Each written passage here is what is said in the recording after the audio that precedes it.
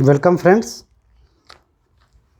Welcome to this new episode. Okay, और आज हम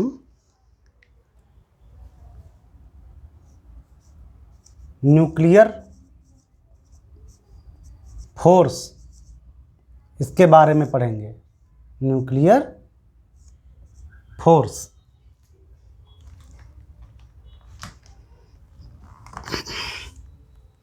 ठीक है, देखें किसमें ज़्यादा इंक है। इसमें लग रही ज़्यादा।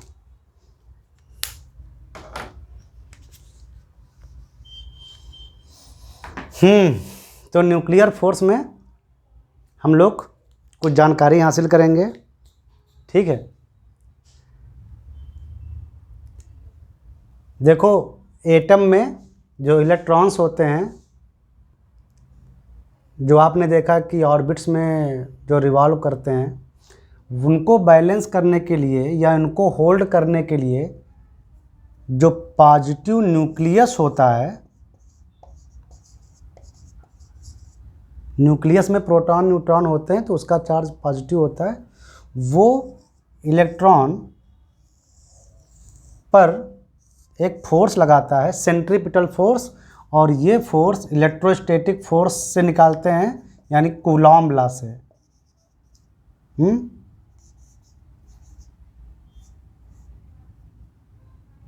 न्यूक्लियर का चार्ज, इलेक्ट्रॉन का चार्ज अपॉन, अगर न्यूक्लियस से ये इलेक्ट्रॉन r0 दूरी पर है तो थोड़ी देर के लिए तो r0 स्क्वायर, जानते ही हो। ये फोर्स इलेक्ट्रॉन को होल्ड करता है, इससे इलेक्ट्रॉन बैलेंस रहता है, मतलब एटम में रहता है। ये बात आप अच्छी तरीके से जानते हो।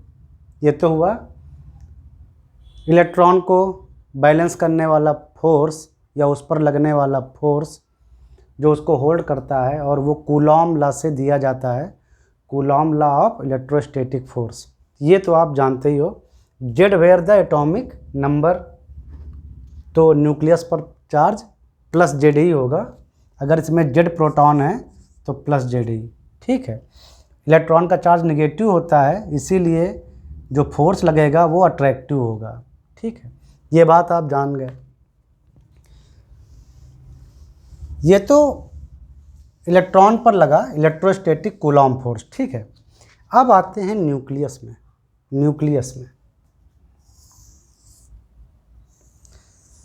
न्यूक्लियस में भी neutron, proton, neutron, proton, neutron and proton ही होते हैं ना। ऐसे पूरे न्यूक्लियस में होते हैं। थोड़ा न्यूक्लियस का साइज भी थोड़ा ऐसा बनाते हैं, जो जस्ट इसको ऐसे समझो। ये न्यूक्लियस है और इसके अंदर प्रोटॉन और न्यूट्रॉन है। ठीक है, न्यूट्रॉन पर कोई चार्ज होता नहीं है। ओके, प्रोटॉन पर लेकिन प्लस ई चार्ज होता है, पॉजिटिव चार्ज। और कूलॉम लॉ एक यूनिवर्सल लॉ है, ये हर जगह अपना जो फार्मूला है उसके अकॉर्डिंग वो फोर्स लगाता है। तो यानी ये प्रोटॉन और ये प्रोटॉन एक दूसरे पर रिपल्सिव फोर्स लगाएंगे, क्योंकि दोनों पॉजिटिव पॉजिटिव हैं, तो इलेक्ट्रोस्टैटिक रिपल्सिव फोर्स लगेगा। सिमिलरली ये प्रोटॉन इस पर रिपल्सिव फोर्स लगाएगा, ये इस पे लगाएगा, यानी सारे प्रोटॉन्स एक दूसरे पर इलेक्ट्रोस्टैटिक रिपल्सिव फोर्स लगाते रहते हैं। इसका मतलब कि प्रोटॉन न्यूक्लियस में नहीं रहने चाहिए, वो मतलब रिपल्सिव फोर्स के कारण ये न्यूक्लियस पूरा अनस्टेबल हो जाएगा।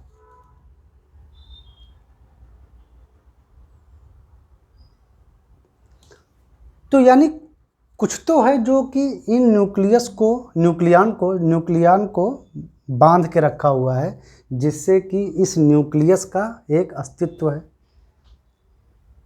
और वो फोर्स जो कि इनको बांध के रखता है वो है न्यूक्लियर फोर्स। क्या है? Nuclear force. इस न्यूक्लियस के अंदर न्यूक्लियर फोर्स होता है जो कि इस रिपल्सिव फोर्स को बैलेंस करने के लिए मौजूद रहता है। Nuclear force generally strong force कहे जाते हैं, ये आप जानते हैं, ये नहीं जानते तो मैं बता रहा हूँ। और ये बहुत स्ट्रॉन्ग होते हैं। जैसे प्रोटॉन और प्रोटॉन अगर पास में है तो इनके बीच में लगने वाला जो न्यूक्लियर फोर्स होगा वो इनके बीच में लगने वाले कूलॉम फोर्स यानी इलेक्ट्रोस्टैटिक रिपल्सिव फोर्स उससे 100 टाइम्स सैकड़ों गुना ज़्यादा होता है। कौन सा? Nuclear force.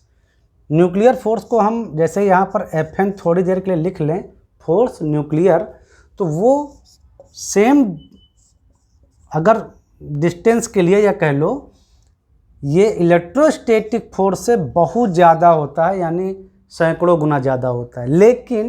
लेकिन इस न्यूक्लियर फोर्स की भी एक विचित्र सी खासियत है,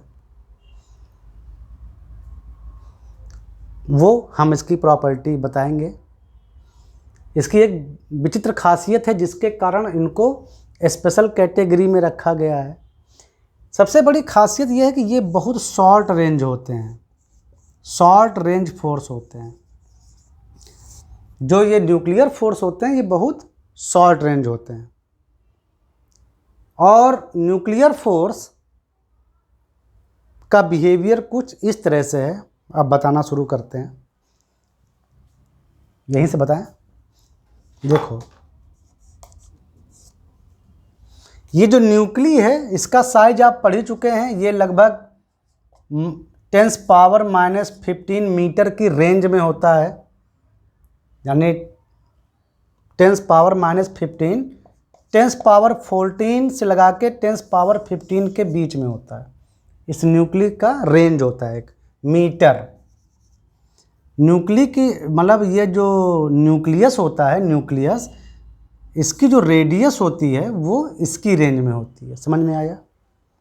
ये हम अभी इसके पीछे समझा चुके हैं पिछले एपिसोड्स में।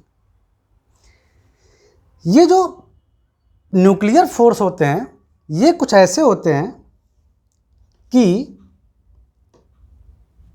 ध्यान देना, नंबर 1, ये चार्ज पर डिपेंड नहीं करते, यानी प्रोटॉन के बीच में भी न्यूक्लियस फोर्स लगता है, प्रोटॉन न्यूट्रॉन के भी बीच में न्यूक्लियस फोर्स लगता है, और न्यूट्रॉन के भी बीच में न्यूक्लियस फोर्स लगता है।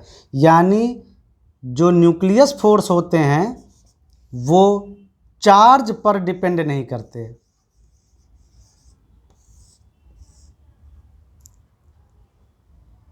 नंबर 1। नंबर 2, ये बहुत शॉर्ट रेंज फोर्स होते हैं, बहुत शॉर्ट रेंज में काम करते हैं। कैसे?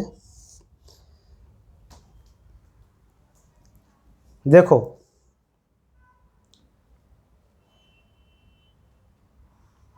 ये प्रोटॉन और थोड़ी देर के लिए ये न्यूट्रॉन चार्ज पर तो डिपेंड करते नहीं। देखो, ये दोनों हैं,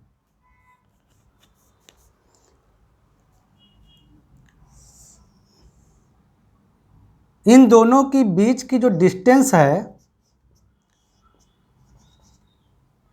मान लो 0.7 मीटर से 0.7 फर्मी, यानी ये जो डिस्टेंस है प्रोटॉन और न्यूट्रॉन के बीच में, नेचर में डिपेंड नहीं करते। प्रोटॉन भी आप लिख सकते हो, कोई दिक्कत नहीं है। ये जो फोर्स होता है वो नेचर पर डिपेंड नहीं करता है। अगर ये दोनों न्यूक्लियन एक दूसरे से 0.7 फर्मी यानी 0.7 इंटू 10⁻⁻15 मीटर इससे कम दूरी पे हैं, दोनों इससे कम दूरी पर हैं, तो इनके बीच में जो ये न्यूक्लियर फोर्स काम करता है वो रिपल्सिव होता है। क्या होता है? Repulsive, strongly repulsive, strong force, strongly repulsive. ध्यान देना,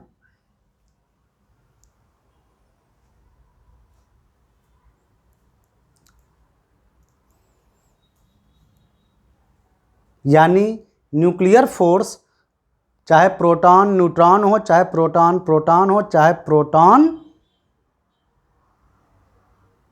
चाहे न्यूट्रॉन न्यूट्रॉन हो, कोई भी हो, कोई भी न्यूक्लियन हो, उन दोनों को इससे कम की दूरी पर पास नहीं आने देता।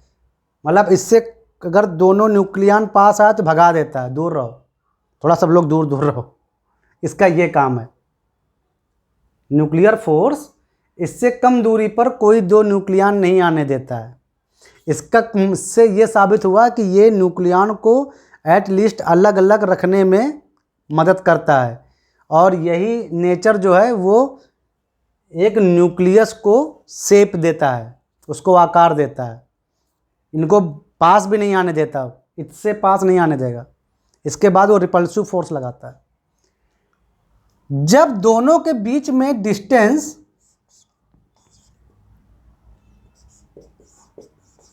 इससे ज़्यादा है, यानी इस डिस्टेंस से ज़्यादा है, तो ये जो न्यूक्लियर फोर्स है वो बहुत स्ट्रांगली अट्रैक्टिव हो जाता है। यानी ये अट्रैक्शन फोर्स लगाता है या अट्रैक्टिव फोर्स लगाता है, बहुत स्ट्रांग अट्रैक्टिव फोर्स लगाता है। और ये अट्रैक्टिव फोर्स लगाता है और जैसे ही इनके दो न्यूक्लियन के बीच की दूरी 2.5 फर्मी से ज़्यादा हो जाए या इक्वल हो जाए, मतलब लगभग 2.5 फर्मी तक, यानी 2.5 इंटू 10⁻⁻15 मीटर, अगर दो कोई न्यूक्लियन उनके बीच का जो डिस्टेंस है इससे ज़्यादा होने लगता है या इसके आसपास भी पहुंच जाता है, तो ये न्यूक्लियर फोर्स जो होता है, जो बहुत स्ट्रांग अट्रैक्टिव फोर्स था, उसकी वैल्यू 0 हो जाती है, शून्य हो जाता है फोर्स। तो आप समझ रहे हैं कि कितनी शॉर्ट रेंज में काम करता है। मतलब शून्य भी हो जाता है, थोड़ी सी डिस्टेंस बड़ी। अब ये कितनी है भाई, दिमाग लगाओ, इतनी कम डिस्टेंस है कि मतलब -10⁻⁻15 मीटर, इतनी कम डिस्टेंस है, लेकिन तब भी इतने से इतने के बीच में ये लगता भी है। इससे कम पर रिपल्सिव भी हो जाता है, फिर अट्रैक्टिव भी हो जाता है इनके बीच की रेंज में। और अगर इतनी डिस्टेंस दो न्यूक्लियंस के बीच में हो जाए तो उनके बीच काम करना बंद कर देता है। बहुत स्ट्रेंज फोर्स है, बहुत मज़ेदार फोर्स, बेहद ज़रूरी लेकिन बहुत ज़्यादा विचित्र। इसीलिए आज तक इसका कोई एग्जैक्ट फार्मूला नहीं निकल पाया फोर्स कैलकुलेट करने का। इसका वेरिएशन बड़ा अजीब है, इतनी कम डिस्टेंस में ये काम करता है। ऊपर से इसका नेचर रिपल्सिव से अट्रैक्टिव से तुरंत 0 हो जाता है, रिपल्सिव अट्रैक्टिव और 0। डिस्टेंस ज़्यादा बढ़ गई, केवल इतनी ही बढ़ी, जबकि 0। कम रहा तो भारी अट्रैक्शन, और पास आया तो नेचर चेंज, उल्टा, भगो दूर, रिपल्सिव। मतलब बहुत काम का है।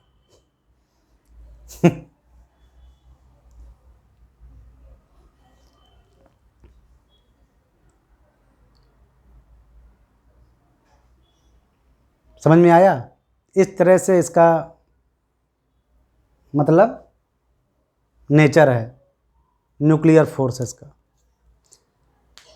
वीक न्यूक्लियर फोर्स भी पाए जाते हैं जो कि बीटा इमिशन में काम आते हैं,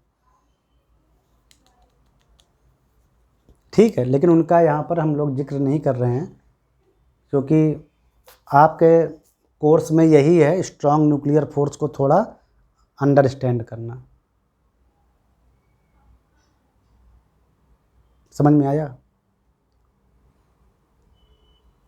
तो इसका मतलब है कि अगर कोई न्यूक्लियन है, ये N, ये अपने आस, ये कोई न्यूक्लियन है, प्रोटॉन भी हो सकता है और न्यूट्रॉन भी हो सकता है, क्योंकि न्यूक्लियर फोर्स चार्ज पर डिपेंड नहीं करते हैं। ये प्रोटॉन न्यूट्रॉन, न्यूट्रॉन प्रोटॉन और न्यूट्रॉन न्यूट्रॉन के बीच में वैसे ही काम करते हैं, बिल्कुल ऐसे ही। यानी ये भेद रहित होते हैं, इनको चार्ज से मतलब नहीं है। इनकी रेंज में फंसोगे तो अट्रैक्शन होगा आपस में, या रिपल्सन भी हो सकता है या कोई फोर्स नहीं हो सकता है, सब डिपेंड करता है उस शॉर्ट रेंज में। देखो ये एक मान लो कोई एक न्यूक्लियन है, थोड़ी देर के लिए मान लो न्यूट्रॉन, तो यानी इसका जो न्यूक्लियर पावर का जो रेंज है इससे केवल 2.5 फर्मी यानी 2.5 10⁻⁻15 मीटर तक ही इसका प्रभाव रहेगा। इस न्यूक्लियन के कारण जो न्यूक्लियर फोर्स आएगा, ठीक है, उस मतलब ये अगर यहाँ कोई प्रोटॉन है या कोई न्यूट्रॉन है तो दोनों के बीच में जो न्यूक्लियर फोर्स जो काम करेगा, कुछ भी हो, प्रोटॉन न्यूट्रॉन न्यूट्रॉन प्रोटॉन कुछ भी हो, उसकी जो रेंज है वो 2.5 मीटर की रेडियस में ही है, 2.5 फर्मी इसकी रेडियस में ही है। इसी के बीच में ये आपस में अट्रैक्टिव भी हो सकते हैं और रिपल्सिव भी हो सकते हैं। ये डिपेंड करेगा कि इनके बीच की डिस्टेंस कैसे घट बढ़ रही है। ठीक है, तो ये था न्यूक्लियर फोर्स, और यही न्यूक्लियर फोर्स इस जो ये इलेक्ट्रोस्टैटिक जो रिपल्सिव फोर्सेस हैं जो प्रोटॉन को दूर दूर करते हैं, यही न्यूक्लियर फोर्स अपने अट्रैक्शन रेंज में, जब वो अट्रैक्शन रेंज में होते हैं तो वो प्रोटॉन को बांध के रखते हैं, पकड़ के रखते हैं। नहीं तो इलेक्ट्रोस्टैटिक कूलॉम्ब फोर्स प्रोटॉनों को भगा देगा, ये पकड़ के रखता है। ये उस रेंज में, यानी इस रेंज में 0.7 फर्मी से लेकर इस रेंज में, जब तक कि वो जीरो नहीं हो जाता है, इस रेंज में ये कूलॉम्ब फोर्स से बहुत स्ट्रांग होते हैं, कूलॉम्ब फोर्स से बहुत स्ट्रांग होते हैं। समझ में आया? उनसे 100 टाइम्स स्ट्रांग होते हैं। ठीक है, तो ये इनका ब्यूटी है। ज़्यादा उसको डिटेलिंग डिस्टेंस का नहीं कर रहे हैं, जस्ट आपको समझाने का ही एक प्रयास है। समझ में आया? तो ये रहा न्यूक्लियर फोर्स का बेसिक जो आपको जानना चाहिए। और अब हम नेक्स्ट एपिसोड में आपको बताते हैं कि छोटे न्यूक्ली पर न्यूक्लियर फोर्स कैसा काम करता है जब न्यूक्लियस छोटा होता है, न्यूक्लियस का साइज छोटा होता है, यानी न्यूक्लियस का मास नंबर छोटा होता है। ठीक है, चलो मिलते हैं नेक्स्ट एपिसोड में।